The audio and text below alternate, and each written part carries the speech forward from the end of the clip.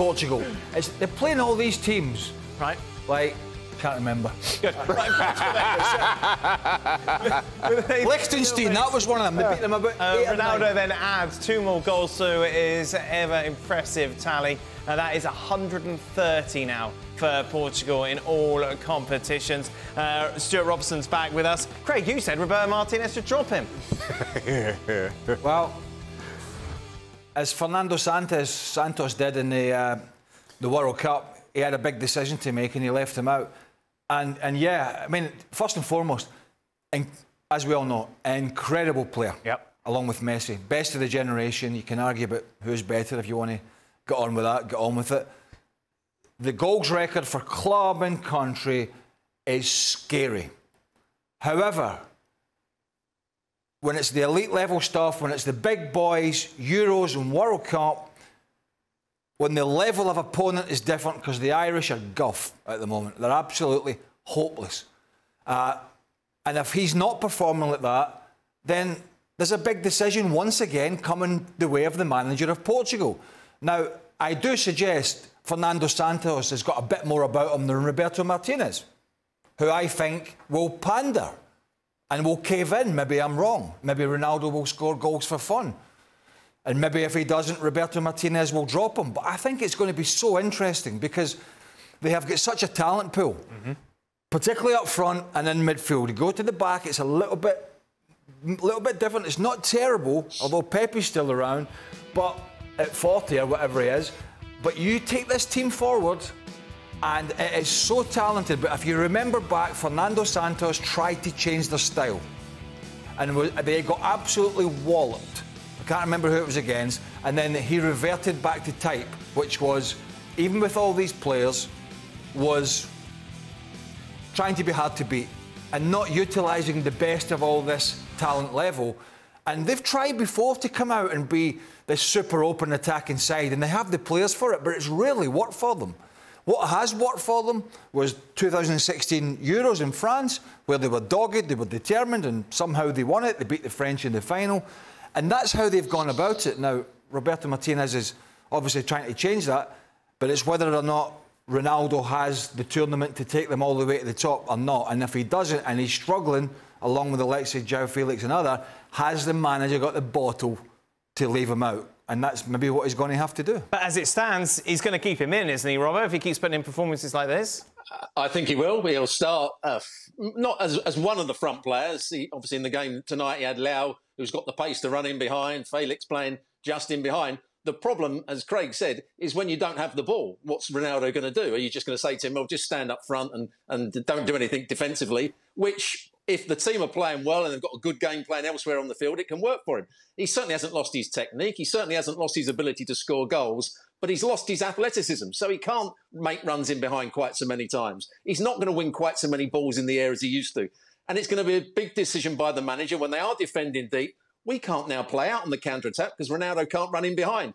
And he will, at times, have to take him off, particularly after 60 minutes or so, if things aren't going their way. He's got to have the bottle to do that.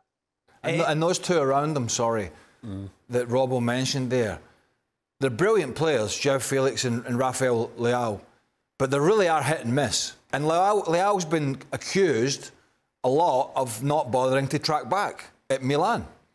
And you can't have one not doing it, maybe get away with it. You look at the French at the World Cup, they're 2-0 down, Mbappe wouldn't track back. If you've got 2 not doing it, maybe 3, that's a problem.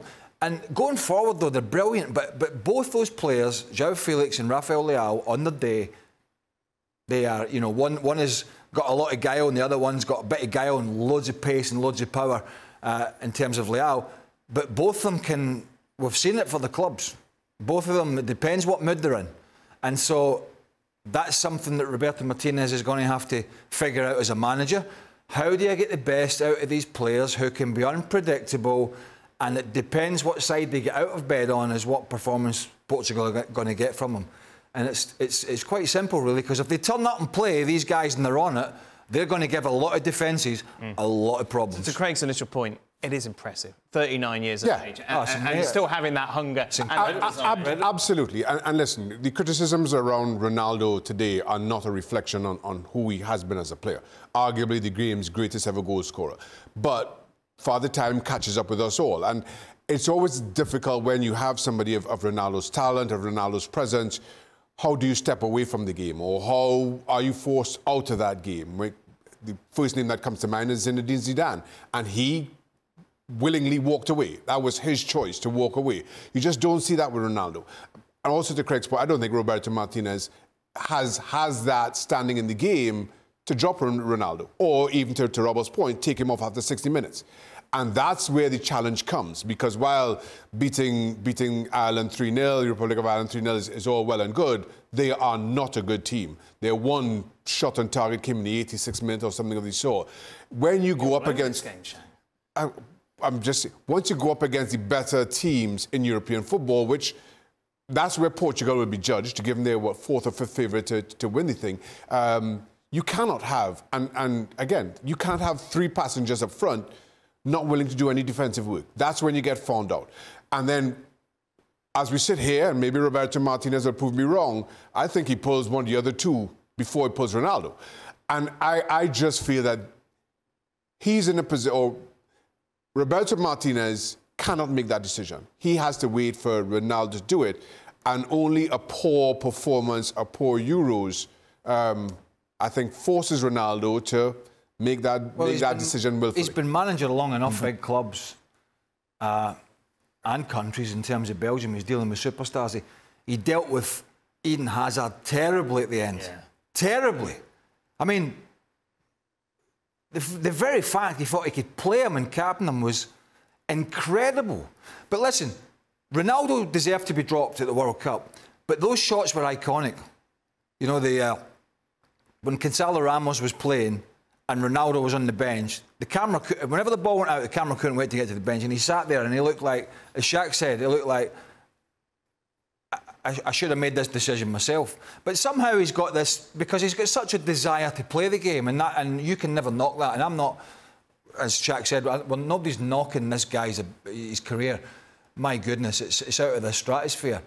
But at the end of the day, you know, this is about a country winning a major championship. It's not about one player. It's not about just one player. And you cannot have passengers, and that's why managers have to make big decisions. Now, as we go into it, he's not a passenger. But they've played a lot of weak opposition in the qualifiers. They've played a lot of weak opposition in some of the friendlies. The group isn't particularly strong.